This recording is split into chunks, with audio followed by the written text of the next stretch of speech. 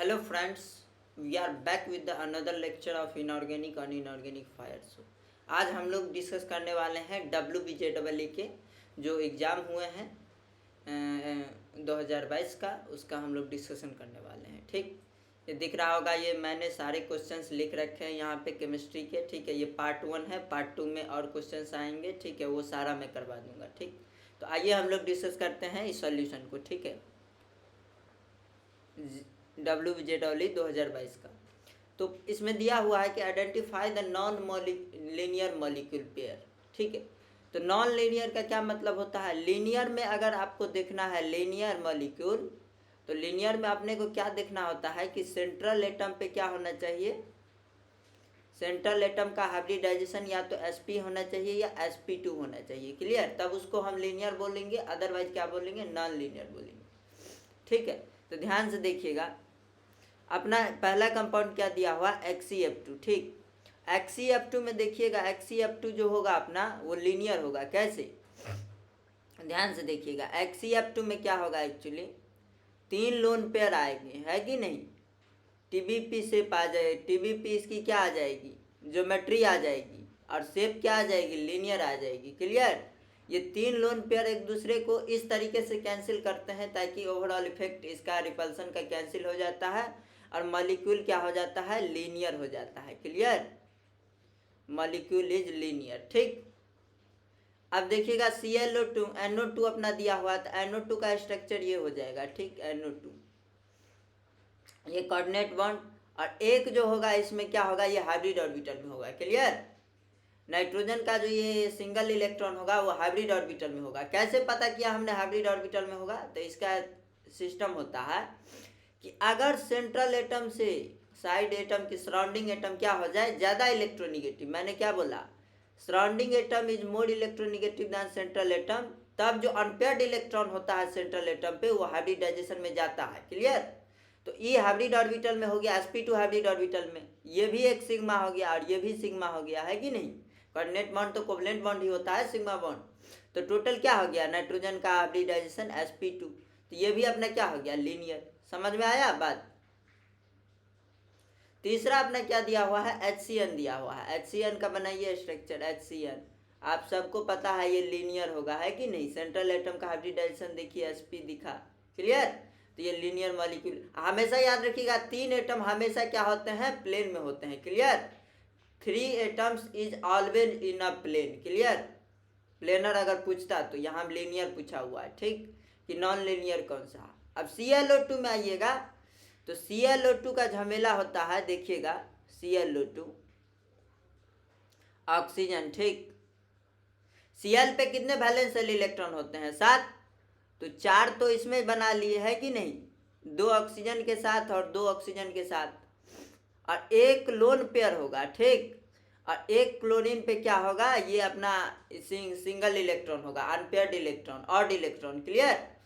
तो फिर से वही कंसेप्ट, अगर सराउंडिंग एटम का इलेक्ट्रोनिगेटिविटी सेंट्रल एटम से ज़्यादा है तो सेंट्रल एटम पे जो अनपेयर्ड इलेक्ट्रॉन होगा वो जाएगा हाइब्रिडाइजेशन में। तो हमको पता है हाइब्रिडाइजेशन में क्या क्या क्या होता है? हाइब्रिड ऑर्बिटल नंबर बराबर क्या होता है? Sigma bond plus lone pair. Clear? Sigma bond plus lone pair. तो इसका सिग्मा बॉन्ड कितना है? देखिए, 1 सिग्मा 1 पाई, इधर भी 1 सिग्मा 1 पाई। क्लियर? तो 2 सिग्मा हो गए, एक लोन पेयर हो गया तो 3, और एक ये अनपेयर्ड इलेक्ट्रॉन जाएगा हाइब्रिडाइजेशन में, क्योंकि इलेक्ट्रोनिगेटिविटी ऑक्सीजन की ज़्यादा है क्लोरीन से, हमने यहाँ बताया, है कि नहीं? तो हाइब्रिडाइजेशन इसका क्या हो जाएगा? sp3, और sp3 नॉन लीनियर होता है कि नहीं? ये नॉन प्लेनर हो जाएगा, तो ये लीनियर नहीं हुआ, तो sp3 अपना क्या हो जाएगा? Non linear. क्लियर? अब एक कंपाउंड आया अपना CO2, तो CO2 तो हम सबको पता है क्या होगा? लीनियर होगा। 3 एटम है कि नहीं? ऑलवेज इन अ प्लेन, है कि नहीं? sp हाइब्रिडाइजेशन होगा, देख सकते हैं, 1 सिग्मा होगा, 1 सिग्मा, लोन पेयर तो है नहीं, और 1 पाई होगा। हमको पता है पाई बॉन्ड हाइब्रिडाइजेशन में ज़्यादा नहीं है, तो ये क्या हो जाएगा? लीनियर हो जाएगा। तो बताइए, नॉन लीनियर पूछा है, तो नॉन लीनियर कौन कौन सा हो गया? बोलिए। नॉन लीनियर एक तो हो गया अपना कौन सा? NO2 लीनियर हो गया, ClO2 नॉन लीनियर हो गया। ठीक है, ये हो गया, ये हो गया। ठीक है, तो ये अपना ऑप्शन आ जाएगा ए। क्लियर? ये नॉन, देखिए इसको XCF2 ना वो शेप नहीं कंसीडर करके ज्योमेट्री कंसीडर कर लिया होगा, समझ रहे हैं बात को, इसलिए इसने क्या बोल दिया कि नॉन लीनियर पेयर है। समझ रहे हैं बात को, XCF2 और ClO2, यही ऑप्शन अपने पास बचता है। क्लियर? ऑल दो ये क्या है, शेप अगर पूछे तो this is the linear, this is the case of actually what 3 lone pair and 2 bond pair. Okay, और याद रखिएगा लीनियर होता है एक्चुअली, बट ऑप्शन में अब कुछ नहीं दिया हुआ है। ClO2 तो नॉन लीनियर होता है, और XCF2 का ज्योमेट्री कंसीडर करेंगे तो फिर से नॉन लीनियर हो जाएगा, इसलिए option A will be the correct option. Clear? अब सेकेंड ऑप्शन पे आइए। The number of atoms in body centred and face centred cubic in unit cell respectively. पूछा इफेक्टिव नंबर, ठीक है, इफेक्टिव एटम पूछा है। क्लियर? तो इफेक्टिव एटम जिसको जेड बोलते हैं अपन कैसे निकालते हैं, ध्यान से देखिएगा। एक बॉडी सेंटर दे रखा और फेस सेंटर, तो याद रखिएगा ये हम क्यूब लेंगे। क्लियर? क्यूबिक यूनिट सेल लेंगे, और इस यूनिट सेल में अगर बॉडी सेंटर बोला है, इसका मतलब क्या हुआ, बॉडी सेंटर का मतलब एक तो अंदर होगा बॉडी पे, है कि नहीं, और उसका क्या पूछा है, यूनिट सेल का नंबर ऑफ एटम्स वही पूछा है, और कॉर्नर पे होता है 8, है कि नहीं, कॉर्नर पे कितने होते हैं, 8 होते हैं, अपने को पता है, ठीक। और एक बॉडी सेंटर में होगा, और फेस सेंटर में क्या होता है, 6 फेस पे होगा। क्लियर? तो फेस सेंटर का जो कंट्रीब्यूशन होता है वो कितना होता है यूनिट सेल के अंदर, 1/2। तो पहले हम इफेक्टिव एटम कैलकुलेट कर रहे हैं 4 FCC। Clear? Face centre cubic क्या हो जाएगा, 1/2 × 6, और प्लस में क्या आ जाएगा अपना, प्लस में आ जाएगा अपना कितना, 1/8 × 8। कॉर्नर पे भी तो होगा 8। क्लियर?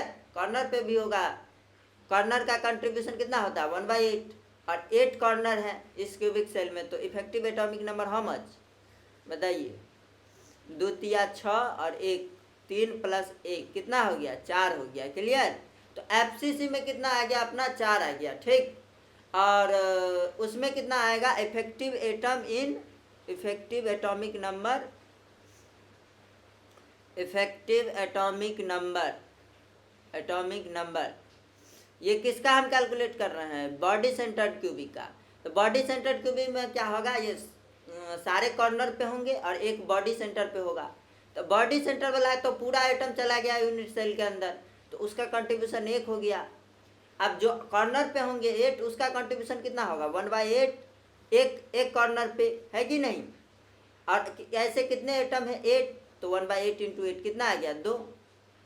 तो BCC में कितना आया, 2, और FCC में 4। तो पहले बॉडी सेंटर्ड है, उसके बाद है FCC। क्लियर?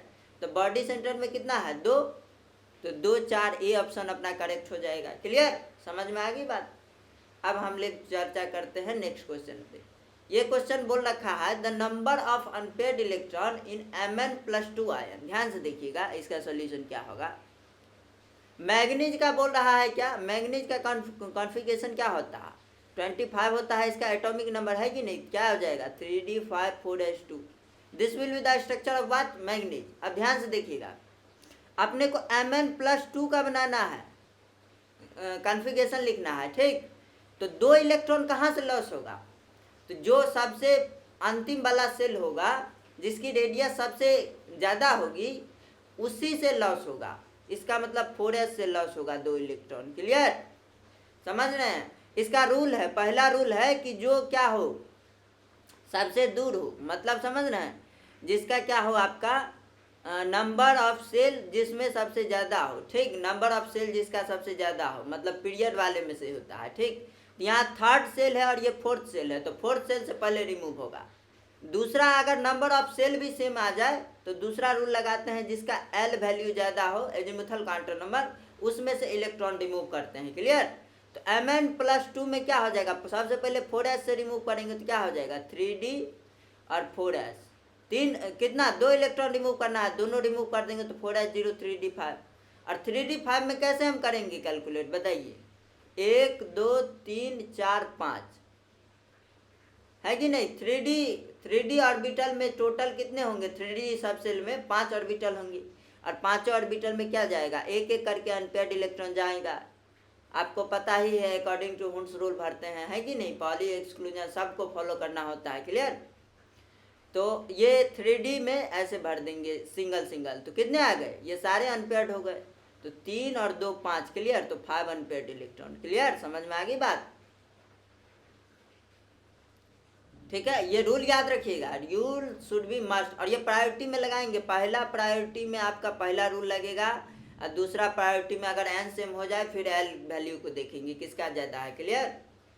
अपन आते हैं इस क्वेश्चन पे, ये क्वेश्चन क्या बोल रखा है कि सोडियम नाइट्रोक्लोराइड, तो हमको पता है सोडियम नाइट्रोक्लोराइड क्या होता है, सोडियम नाइट्रोक्लोराइड का फॉर्मूला होता है Na2FeCN5, ठीक है, साइनो का कितना हो गया, पेंटा साइनो हो जाएगा, और ये हो जाएगा नाइट्रोसोलिगेन, क्लियर, समझ में आ रही है बात। तो ये अपना हो जाएगा नाइट्रोजन सोडियम नाइट्रोक्लोराइड का फॉर्मूला, ठीक है। ये कॉम्प्लेक्स कंपाउंड हम अपन लोग पढ़ते हैं, है कि नहीं, सॉल्ट एनालिसिस में भी बहुत सारा है, टेस्ट में आता है, क्लियर, तो वही से हम लोग पढ़ते हैं। तो ये फॉर्मूला बेस्ड क्वेश्चन था, आपको याद होना चाहिए था, ठीक। तो answer will be our B, clear. अब देखिएगा, आप 5वां नंबर क्वेश्चन आ गया, choose the correct statement for the complex. इसमें क्या क्या पूछ रखा था, इसमें पूछ रखा था इसका वो बताओ, इसका एक ज्योमेट्री बताओ, ज्योमेट्री, और दूसरा क्या पूछ रखा था, मैग्नेटिक बिहेवियर, ठीक है, मैग्नेटिक बिहेवियर, या पैरामैग्नेटिक होगा, डायमैग्नेटिक होगा, क्या होगा, ठीक है, पैरामैग्नेटिक मतलब मैग्नेटिक बिहेवियर पूछ रखा था, क्लियर। तो कैसे निकालेंगे, सबसे पहला काम क्या है अपने को, NiCN4, क्लियर, NiCN4 2-, ये अपना क्या दिया हुआ है, एनायनिक कॉम्प्लेक्स दिया हुआ है, क्लियर। तो इस एनायनिक कॉम्प्लेक्स में सबसे पहले we have to find oxidation state on nickel central metal atom, okay, nickel अपना सेंट्रल मेटल एटम है, इस पे कितना हो जाएगा X प्लस Cn क्या होता है, निगेटिव लिगेंड होता है, तो Cn पे माइनस चार्ज होता है, इसका मतलब कितना हो गया 4 × -1, अब बराबर टोटल चार्ज इस पे कितना है बताइए, इस पे टोटल चार्ज -2 है, इसलिए -2 के बराबर करिए, क्लियर। तो x बराबर कितना हो गया 4 - 2, हाउ मच, +2। अब Na पे क्या आ गया, +2 आ गया। अब Cn माइनस क्या होता है बताइए, इसका कोऑर्डिनेशन नंबर कितना हो गया, कोऑर्डिनेशन नंबर 4, क्योंकि हमको पता है Cn - A मोनोडेंटेट लिगेंड है कि नहीं, और 4 है, तो इसका मतलब 4 × 1 मतलब कितना, मोनोडेंटेट है तो 4 × 1 4 कोऑर्डिनेशन नंबर आ गया, क्लियर। अब +2 आ गया निकिल पे, तो अब ये जो होता है Cn- एक्चुअली ये क्या होता है, स्ट्रॉन्ग फील्ड लिगेंड होता है, क्लियर। कैसे हमने पहचाना है स्ट्रॉन्ग फील्ड लिगेंड, तो याद रखिएगा कार्बन और नाइट्रोजन डोनर जो होते हैं वो स्ट्रॉन्ग फील्ड होते हैं, ये पहचानने का तरीका होता है, क्लियर। Ni2+ का लिखिए अपना कॉन्फ़िगरेशन क्या होगा, Ni2+, निकिल का 28 होता है एटॉमिक नंबर, 3D8 4s2, ये निकिल का हमने लिखा, और +2 है तो कहाँ से इलेक्ट्रॉन रिमूव करेंगे, जल्दी बोलिए, 4s से हमने बताया था, जिसका n सेल जिसका सबसे बड़ा हो, क्लियर, समझ रहे हैं। तो इसमें से निकाल देंगे तो ये क्या हो जाएगा, 0 हो जाएगा। अब 3D8 इलेक्ट्रॉन को क्या करेंगे, हम ऐसे में भरेंगे 3D8 1 2 3 4 5, ठीक है, ये 3D हो गया, ये 4s हो गया, और ये 4p हो गया, क्लियर। अब बताइए मुझे, ये स्ट्रॉन्ग फील्ड लिगेंड क्या करवाता है, पेयरिंग करवाता है, क्लियर, पेयरिंग करवा देगा, ठीक है, पेयरिंग करवाता है। तो पेयरिंग हम करवा देंगे, कैसे करवाएंगे, देखिए 1 2 3 4 5 6 7 8 इलेक्ट्रॉन न भरना था बस, तो 8 को पेयरिंग करवा दिए, ठीक है। अब जो Cn- है, ये Cn- क्या करता है, कोऑर्डिनेट करता है मेटल को, है कि नहीं, ये Ni+2 है ना, इसमें Cn- कोऑर्डिनेट करेगा एक्चुअली, ठीक है, Cn-, ये Cn- फिर से क्या करेगा, इसको कोऑर्डिनेट करेगा, क्लियर, ये Cn- कोऑर्डिनेट करेगा, किसमें कोऑर्डिनेट करेगा, जिसमें खाली होगा उसी में तो कोऑर्डिनेट करेगा भैया।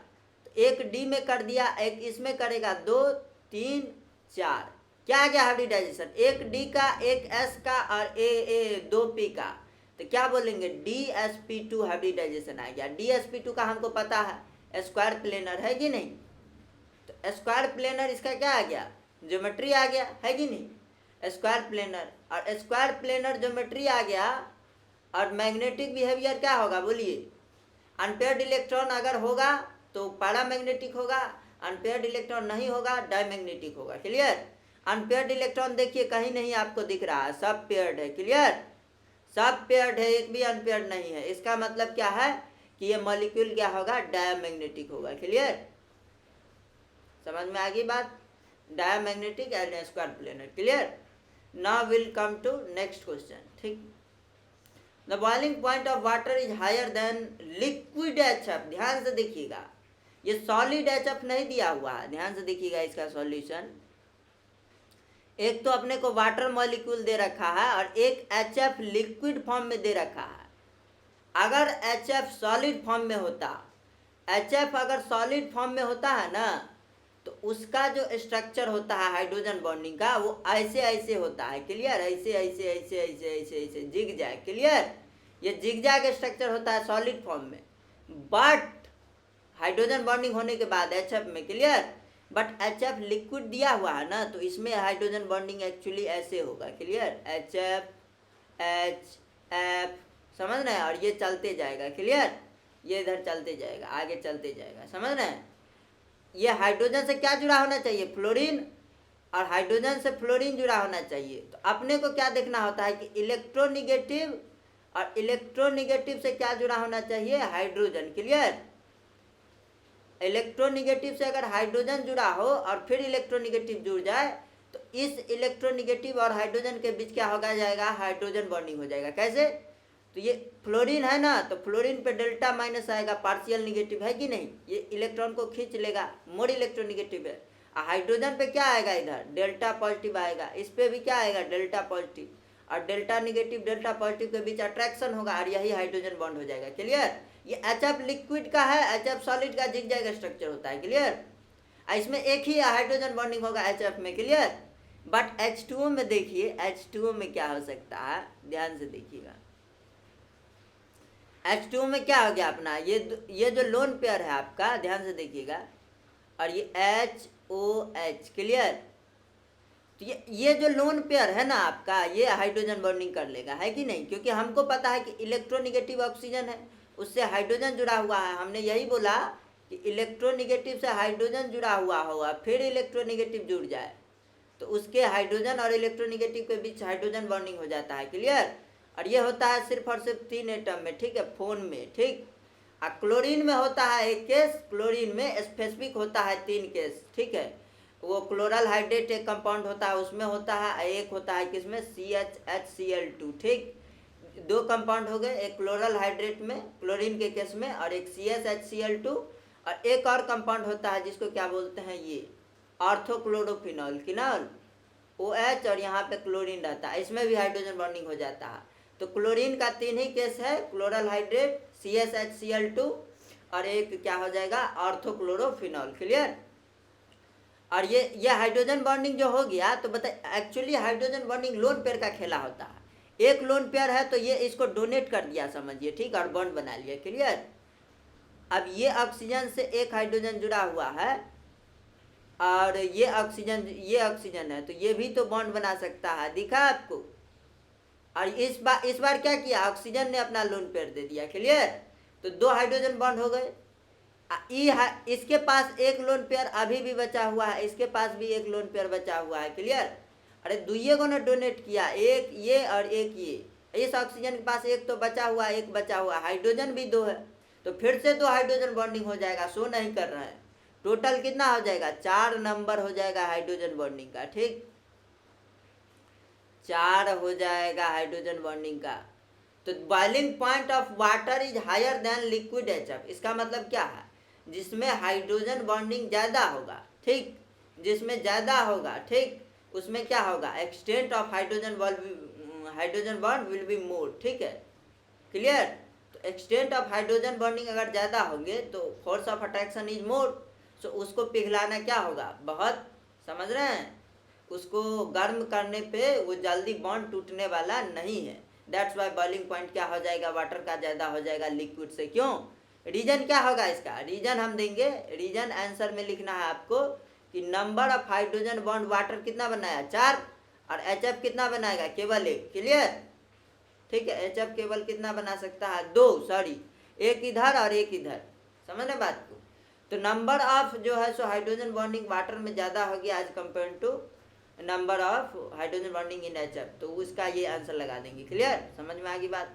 अब 7वें नंबर क्वेश्चन पे चलते हैं। The metal pair that can produce nascent hydrogen in alkaline medium. अगला क्वेश्चन करते हैं, इसको बाद में डिस्कस करते हैं, ठीक। देखिएगा वो ये क्वेश्चन जो है ना, ये हाइड्रोजन चैप्टर से अभी डिस्कस करूंगा, टेंशन नहीं लीजिए। इसको हम लोग डिस्कस करते हैं, the correct bond order of BF bond in BF3 molecule.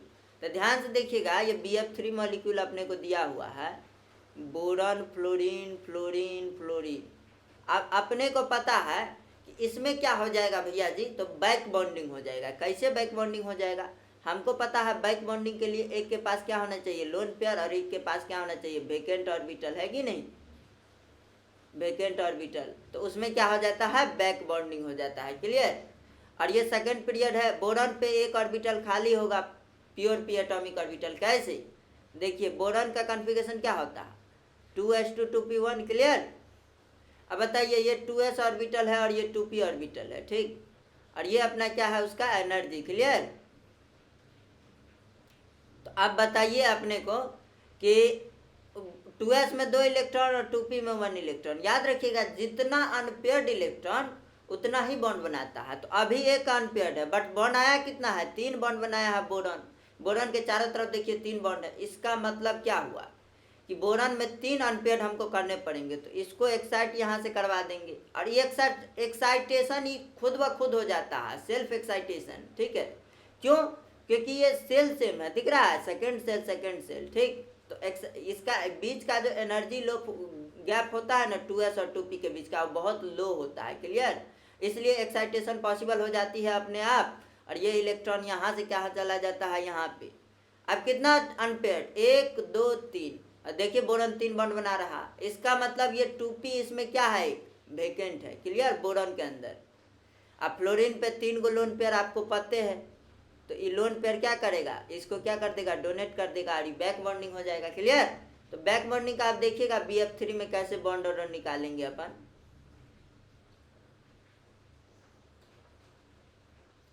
Bond order कैसे निकालेंगे अपन, ध्यान से देखिए। तो ये बैक बॉन्डिंग हो जाएगा, तो यहाँ डबल बॉन्ड करेक्टर आ जाएगा, क्योंकि यहाँ से भी बैक बॉन्डिंग हो सकता है, यहाँ से भी, यहाँ से भी। तो सब पे क्या आ जाएगा, डबल बॉन्ड करेक्टर आ जाएगा, ठीक। और डबल बॉन्ड करेक्टर आ गया तो कैसे, हम वैसे भी आप निकाल सकते हैं, ठीक। ऐसे लीजिए आप, BF और ये F, ठीक है, और ये F और ये एक क्या किया, बैक बॉन्ड हो गया। तो डायरेक्ट आप ऐसे निकाल लीजिए, 1/1 + π/σ, यही हो जाता है बॉन्ड ऑर्डर, क्लियर। नहीं तो डायरेक्ट देखिए कि तीन फ्लोरीन से क्या बढ़ रहा है, डबल बॉन्ड करेक्टर तीनों में आ रहा है। तो एक बॉन्ड ऑर्डर तो फिक्स था सिग्मा वाला, क्लियर, और प्लस कितना हो जाएगा, एक डबल बॉन्ड करेक्टर ये भी ला सकता है, ये फ्लोरीन भी ला सकता है, ये भी ला सकता है, मतलब 1/3, क्लियर। तो कितना हो गया, 1 + 1/3 कितना हो गया, 3 1 + 1 4/3, 4/3 का मतलब क्या, 1/3, क्लियर। 1.1/3, क्लियर। तो 1.1/3, this will be the answer bond order, clear. ऐसे भी निकाल सकते हैं, 1 पाई है और 3 सिग्मा है, क्लियर। तो 1 अपन क्या लिखेंगे, 1 + पाई कितना है, 1, सिग्मा कितना है, 3, तो 3 सिग्मा लिख लीजिए, कितना आ गया, फिर से वही आ जाएगा 1.1/3, क्लियर। तो ये बॉन्ड ऑर्डर हो जाएगा, बॉन्ड ऑर्डर क्या हो जाएगा, D ऑप्शन, क्लियर। समझ में आ गई बात, BF3 में कैसे निकालेंगे, आप ध्यान से देखिएगा। Which of the following is radio active, तो थ्योरेटिकल क्वेश्चन था, रट्टा मार के आप लोग क्या करते हैं इसको। देखिए ये थ्योरेटिकल क्वेश्चन JEE मेंस भी पूछ लेता है, ठीक। तो बहुत आप ध्यान से याद रखिए, ठीक है, कि प्रोटियम ड्यूटेरियम और ट्रिटियम, ठीक है, प्रोटियम ड्यूटेरियम, ठीक है, और ट्रिटियम, ये तीनों क्या है, आइसोटोप्स है कि नहीं, तीनों क्या है, हाइड्रोजन के क्या है, अपना आइसोटोप्स है, clear. They are the isotopes of actually hydrogen, ठीक। और इसमें रेडियो एक्टिव कौन होता है, ये मैं नहीं बताऊंगा, आपको खोजना है NCERT में से, ठीक। नहीं तो आप अभी भी नहीं खोजेंगे जाके, मुझे पता है, ठीक। तो इसलिए आप खोजेंगे, देखिएगा NCERT के हाइड्रोजन चैप्टर को खोलिएगा, आपको फर्स्ट पेज पे मिल जाएगा, ठीक है, इसका आंसर, ठीक। मोस्ट थ्योरेटिकल क्वेश्चन, इसलिए बोलते हैं इनऑर्गेनिक में NCERT जरूर पढ़े, क्लियर। अब अगला क्वेश्चन देखिएगा ध्यान से, the correct order of the acidity of the flowing hydra acid, ठीक है। अपने को क्या पूछा है, एसिडिटी, ठीक। तो एसिडिटी अपने को पता है कि कैसे अपन डिसाइड करते हैं एसिडिटी। तो इसके लिए एक ही रूल होता है कि अगर ग्रुप में चल रहे हैं, क्लियर, अगर ग्रुप में चल रहे हैं तो क्या देखते हैं अपन, साइज देखते हैं, क्लियर। अगर पीरियड में चल रहे हैं तो क्या देखेंगे, इलेक्ट्रोनिगेटिविटी देखेंगे। समझ गई बात को, इलेक्ट्रोनिगेटिविटी, क्लियर। इसका ऑर्डर क्या होगा actually, size is directly proportional to what, acidity, ठीक। अगर ग्रुप वाला एलिमेंट दिया हुआ है तो ठीक। तो अपने को पता है HI क्या हो जाएगा, ये फ्लोरीन, क्लोरीन, ब्रोमीन, आयोडीन, ठीक। ऊपर से नीचे आ रहे हैं हाइड्रोजन ग्रुप में तो साइज बढ़ रहा है, आयोडीन का सबसे ज़्यादा साइज हो गया। इसका मतलब HI अपना क्या होगा, सबसे स्ट्रॉन्ग एसिड होगा, ठीक है, हाइड्रा एसिड। और ये सब हाइड्रा एसिड है, HI, HBr, HCl, HF, दिख रहा है आपको, क्योंकि इसमें हाइड्रा एसिड की यही पहचान होती है। हाइड्रा एसिड की क्या पहचान, हाइड्रा एसिड की यही पहचान कि इस पे होगा हाइड्रोजन प्लस नॉन मेटल का निशान, clear. Hydrogen plus non metal कहीं भी आ जाए समझ जाइए ये क्या है, अपना हाइड्रा एसिड, क्लियर। देखिए हाइड्रोजन प्लस नॉन मेटल सारा खेला है।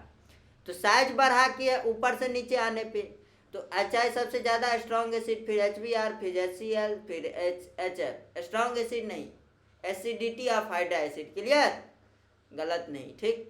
तो एसिडिक स्ट्रेंथ इसका ज़्यादा हो जाएगा, B will be the our right answer, clear. यहीं पीरियड रहता तो इलेक्ट्रोनिगेटिविटी देख लेते, क्लियर। अगला क्वेश्चन देखिएगा, oxidation state of chromium in K2Cr2O7 and CrO5 respectively, ध्यान से देखिएगा। ऑक्सीडेशन स्टेट कैसे निकालेंगे अपन, ध्यान से देखिएगा। ऑक्सीडेशन स्टेट तो बड़ा सिंपल है कि नहीं, K2Cr2O7 का तो अपन निकाल सकते हैं, K2Cr2O7, ठीक है। इसमें क्या करेंगे, डायरेक्ट निकाल लीजिए, है कि नहीं। Cr का क्या मान लीजिए, X मान लीजिए, ठीक है। तो पोटेशियम क्या होता है, अल्कली मेटल है, हमेशा +1 होता है, तो +1 × 2, और प्लस क्रोमियम का क्या माना मैंने, X, और क्रोमियम है कितना 2, तो 2, और +7 × -2 बराबर क्या हो जाएगा 0। Overall charge is on this compound is neutral, है कि नहीं। ये सॉल्ट पे चार्ज क्या है, 0 है, इसलिए 0 के बराबर किया, समझ गए। 2 + 2x कितना हो गया, इंटू प्लस -14 बराबर कितना हो गया 0। 2x बराबर कितना हो गया 14 - 2 कितना हो गया 12, 12/2 कितना हो गया x बराबर 6। क्रोमियम का x बराबर 6 क्या हो जाएगा, मैक्सिमम हो जाएगा। हमको पता है किसी भी एलिमेंट का ऑक्सीडेशन स्टेट उसके ग्रुप नंबर से ज़्यादा नहीं आ सकता है, समझ रहे हैं बात को, बात क्लियर। किसी भी एलिमेंट का मैक्सिमम उसका रेंज होता है, ठीक। तो कितना आ गया, +6 आ गया, +6 आ गया क्रोमियम का K2Cr2O7। CrO5 में कैसे आएगा, तो इसके लिए हमको स्ट्रक्चर ड्रॉप करना पड़ेगा, क्लियर। CrO5 का स्ट्रक्चर होता है क्या, बटरफ्लाई स्ट्रक्चर होता है, क्लियर। CrO5 ऐसा होता है स्ट्रक्चर, क्लियर, ये स्ट्रक्चर होता है CrO5 का।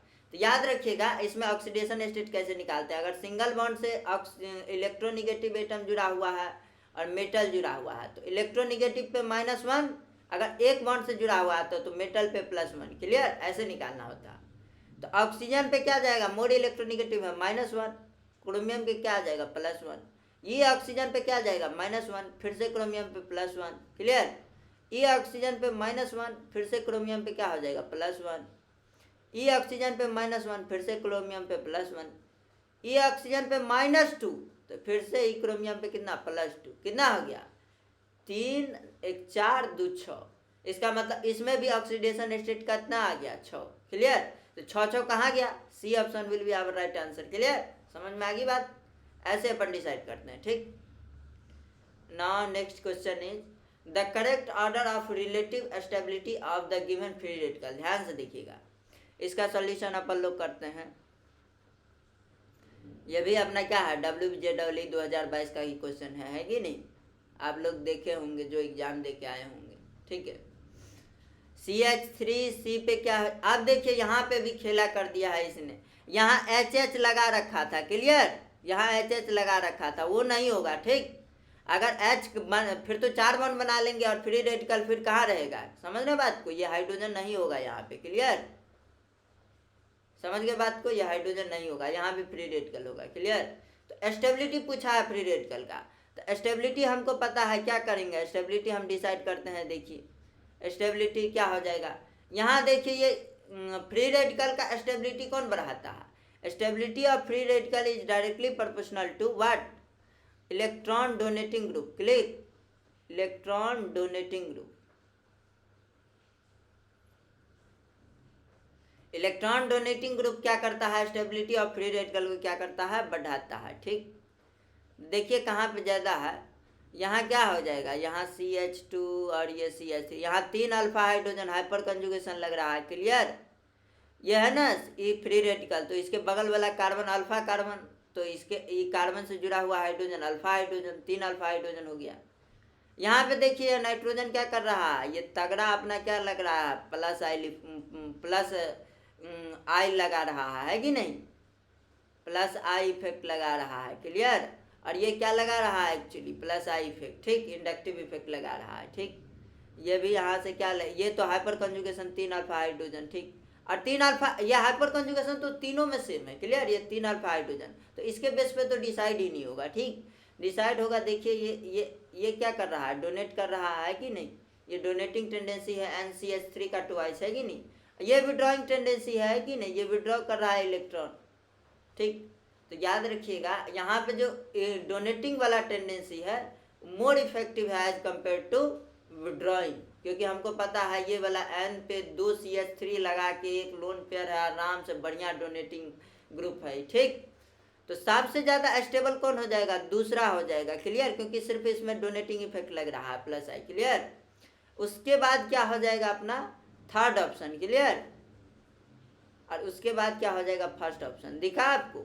थर्ड ऑप्शन क्यों हुआ, क्योंकि इसमें डोनेटिंग टेंडेंसी जो है वो ज़्यादा है एज कंपेयर टू क्या, ये withdrawing tendency, clear, donating tendency plus I is more than what, -m, clear, ये है यहाँ पे। ठीक, इसलिए हम ये बोल पाए। ठीक, तो दूसरा का सबसे ज़्यादा, फिर तीसरा का, पहला में तो सिर्फ 3 अल्फा हाइड्रोजन, वो सब में है, इसमें भी है, तो इसके बेस पे तो डिसाइड करेंगे ही नहीं। आप बोलेंगे हाइपर कंजुगेशन मोड ज़्यादा इफेक्टिव होता है as compare to inductive effect, सही बात है, बट हाइपर कंजुगेशन तो तीनों में लग रहा है ना, तो this will be not deciding factor, deciding factor will be inductive effect, clear.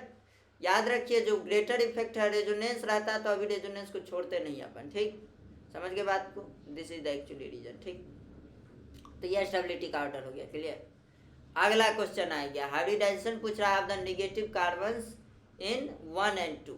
अब देखिएगा 1 वाला तो स्ट्रक्चर सही दे रखा है, ये CH3, ठीक है, CH3 और निगेटिव ये दे रखा है, सही दे रखा है, एक लोन पेयर और ये निगेटिव पे आ जाएगा। ठीक, ये तो सही दे रखा है, बट दूसरा ऑप्शन में लोचा है। ठीक है, लोचा क्या है, यहाँ पे CH और ये O और ये CH3, ये पॉसिबल ही नहीं है। ठीक है, ये यहाँ पे या तो हाइड्रोजन नहीं होगा, और यहाँ पे अगर हाइड्रोजन कंसीडर करते हैं तो 2 हाइड्रोजन कंसीडर करना पड़ेगा, क्लियर। तो ये स्ट्रक्चर या तो ये हो सकता है, ध्यान से देखिएगा पॉसिबल क्या है, CH2- और ये C डबल बॉन्ड O और ये क्या हो जाएगा OCH3, क्लियर। तब यहाँ हाइड्रोजन नहीं होगा, ये हाइड्रोजन नहीं होगा अगर ये वाला स्ट्रक्चर पॉसिबल हुआ तो, क्लियर। एक और देखिएगा क्या बन सकता है स्ट्रक्चर, अगर हाइड्रोजन कंसीडर कर लिया यहाँ पे तो 2 हाइड्रोजन कंसीडर करना पड़ेगा। ठीक, और फिर ये OCH3 बनेगा, क्लियर, फिर ऐसे बनेगा मॉलिक्यूल, या तो नीचे वाला होगा ऊपर वाला होगा। अब मेरे ख्याल क्या बोलता है पता है, काहे कि इसमें तो सिंपल दे दिया, इसका हाइब्रिडाइजेशन क्या निकाल लेंगे, number of sigma bond plus lone pair, number of sigma bond plus lone pair, है कि नहीं, प्लस लोन पेयर, यही तो हो जाएगा हाइब्रिडाइजेशन, क्लियर। बट यहाँ पे क्या होगा एक्चुअली, यहाँ पे लोचा ही लगवाना चाह रहा है, क्वेश्चन इसलिए तो दिया है, इसमें रेजोनेंस करवा रहा है। ठीक, रेजोनेंस मेरे ख्याल से ऊपर वाला ही लेगा, देखिएगा जब आंसर के निकलेगा वो ऊपर वाला ही कंसीडर करेगा मेरे ख्याल से, मोस्ट प्रोबेबली। बट अपने को दिया नहीं है प्रॉपर, तो अपन कुछ भी कर सकते हैं। ठीक है, तो this will be bonus question, समझ रहे, प्रिंटिंग मिस्टेक है। अगर यहाँ पे CH2 कंसीडर कर लेते तो ये क्या हो जाता है sp3, क्लियर। अब ये लोन पेयर क्या चला गया, इसमें चला गया, ये रेजोनेंस में चला गया, तो जो रेजोनेंस में चला गया वो तो पाई बॉन्ड में कन्वर्ट हो रहा है कि नहीं। अब पाई बॉन्ड में जो कन्वर्ट होता है वो हाइब्रिडाइजेशन में पार्टिसिपेट नहीं करता है, और नहीं करता है तो हाइब्रिडाइजेशन विल बी व्हाट, दो दो हाइड्रोजन के साथ सिग्मा बॉन्ड, एक ये सिग्मा बॉन्ड, तो टोटल कितना हो गया sp2। इसका sp2 हाइब्रिडाइजेशन हो जाएगा, इसका क्या हो जाएगा, एक लोन पेयर है 3 सिग्मा बॉन्ड है, तो कितना हो जाएगा 3 सिग्मा प्लस 1 लोन पेयर, तो 4 का केस आ गया स्टेरिक नंबर, इसका मतलब sp3 हाइब्रिडाइजेशन। क्लियर। तो इसका याद रखिएगा, अगर ऊपर वाला कंसीडर करता है दूसरा में तो sp2 लिखेंगे और sp3, मोस्ट प्रोबेबली देखिएगा sp3 एंड sp2 ये वाला आंसर लगाएगा वो, और बोलेगा कि कंपाउंड ये था, ये वाला, ठीक है, दूसरा वाला, ठीक। नहीं तो ये क्वेश्चन बोनस होने वाला है पक्का, ठीक है, याद रखिए। अगर ये वाला होता तो sp3 क्लियर, दो पॉसिबिलिटी है। क्लियर। याद रखिएगा p छोटा होता है, बहुत लोग बड़ा लिखते हैं, गलत होगा, ठीक, क्योंकि p सबसेल जो होता है ना वो छोटा होता है, इसलिए छोटा लिखना पड़ता है। क्लियर। कोई ऐसे लिख रहा है ना, दैट इज रॉन्ग एक्चुअली, ठीक, याद रखिएगा। अगला क्वेश्चन क्या है, अगला हम लोग अगले क्लास में डिस्कस करेंगे, ठीक। तो अपना सफ़र था यहीं तक, अगले क्लास में हम लोग क्या करेंगे, केमिस्ट्री के और जितने भी क्वेश्चंस हैं, ऑर्गेनिक से और फिजिकल से जितने भी क्वेश्चंस होंगे और जो कुछ भी इनऑर्गेनिक से रह गया होगा, तीनों को अपन डिस्कस कर लेंगे। ये पार्ट 1 था WBJEE का जो 2022 का आंसर की है, और उसका पार्ट 2 मैं आपको डिस्कस करूँगा, detailed solution. Clear. Thank you, धन्यवाद। चैनल को सब्सक्राइब जरूर कीजिएगा, लाइक भी कीजिएगा, अगर आपको अच्छा लगे तो कमेंट भी कीजिएगा, ठीक है। थैंक यू, बाय बाय, टाटा, जय हिंद।